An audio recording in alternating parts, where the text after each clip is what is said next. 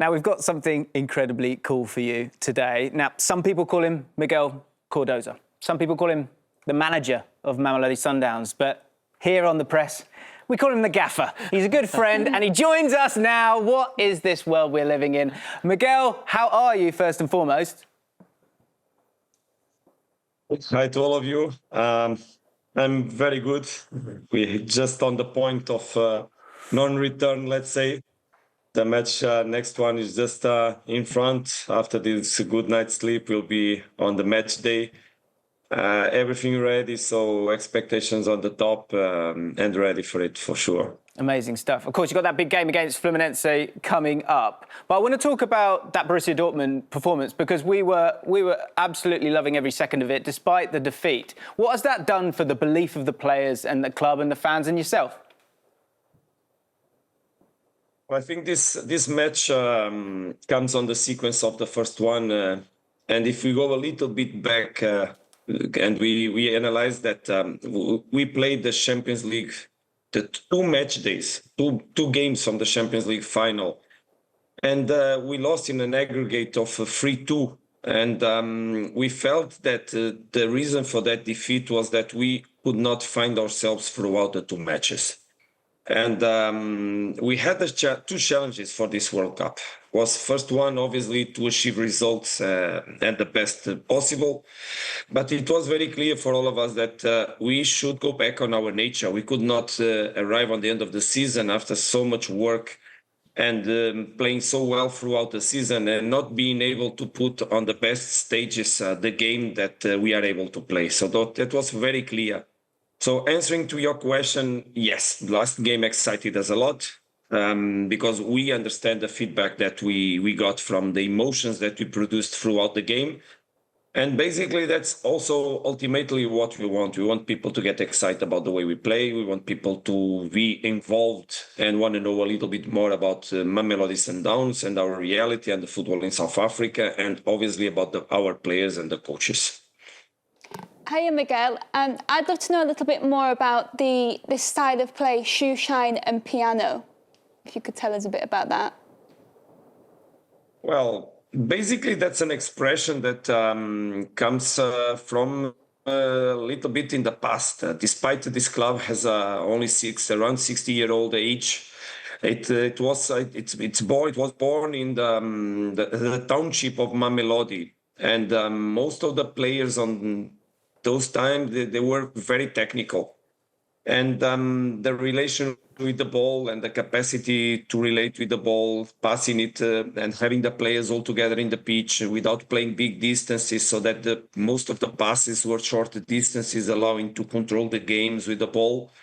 And that expression was the expression used by one of the ancient coaches of the club. Something like when you play a piano, everything is very close. All the fingers, they play together, one side and the other. So the expression piano comes from that.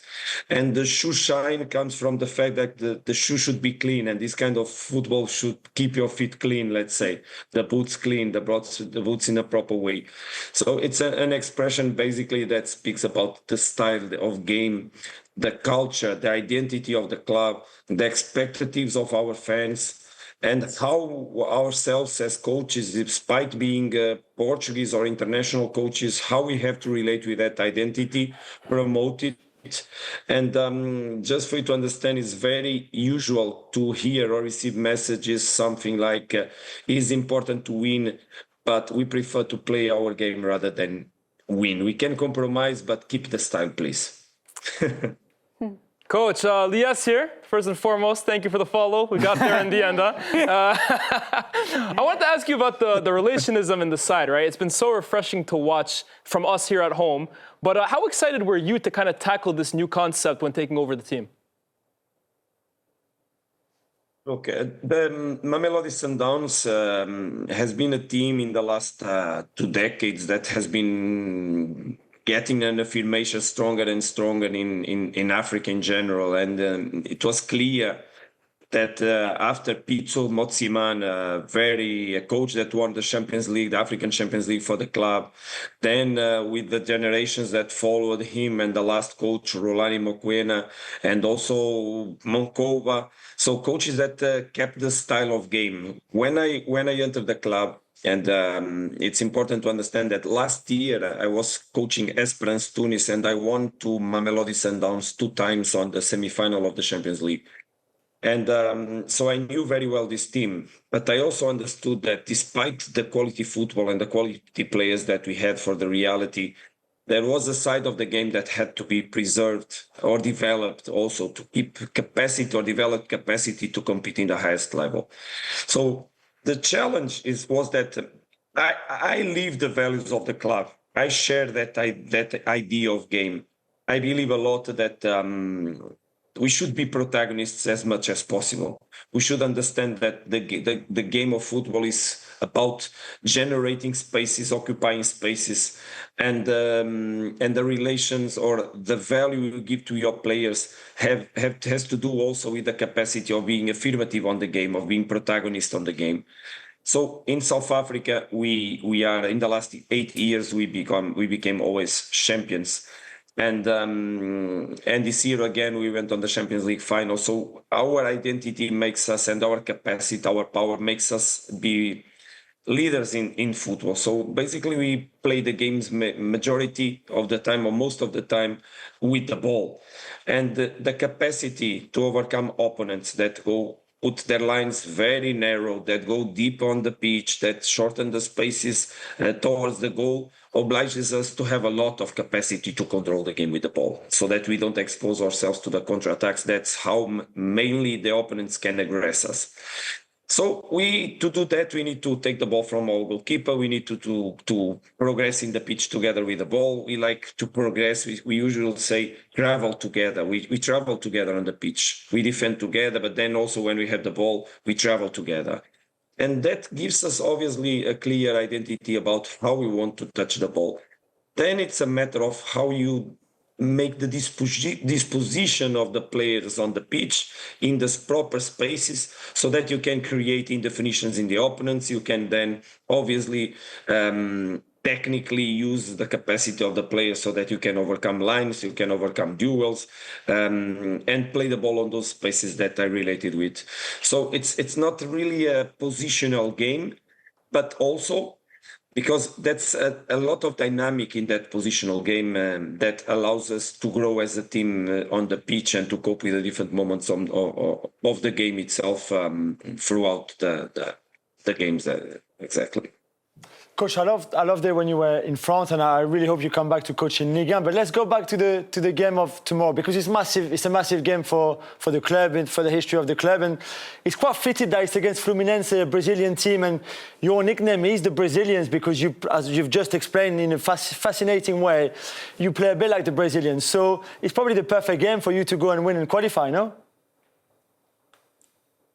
Yes, I think that it's an ultimate challenge, let's say. We knew that it would be very difficult to play against Borussia because, as I said before, we don't usually have a lot of time on the defensive moment of the game.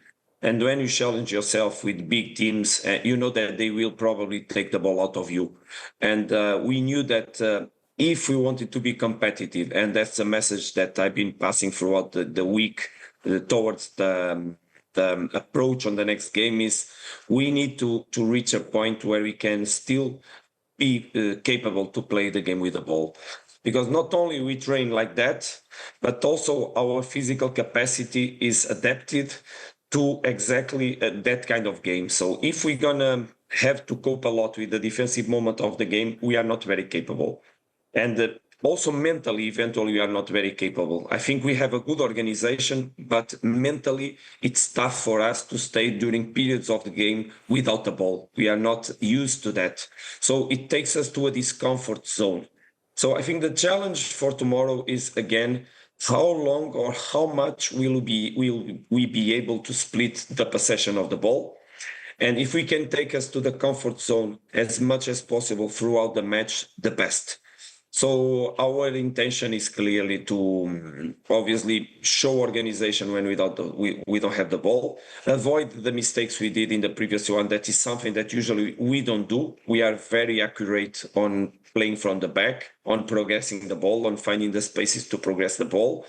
But then when we'll have the ball, we have to really highlight that moment. Sometimes even being extra naive, also to manage the effort that the heat will take to a high limit, let's say. So that's the Mamelodi Sundowns we want to see tomorrow. A team that is capable to understand the 4 moments of the game, that loses the ball, is very aggressive, that tries to keep the lines very high, restrain the opponent. And then when we don't have the ball, we need obviously to show a good defensive organization. And from there, use the spaces that we might have for transitions. And because we also can aggress the opponent with quick attacks, as we saw in the game with Borussia Dortmund. Miguel, it's been fascinating to listen to you speak. We can see your passion, your intensity there, but you need to get to bed. We need a good night's sleep from you. We've got a big game for you guys tomorrow. We're all rooting for you. Best of luck. Thank you so much, Miguel Cardoza. Thank you very much. Have a wonderful night.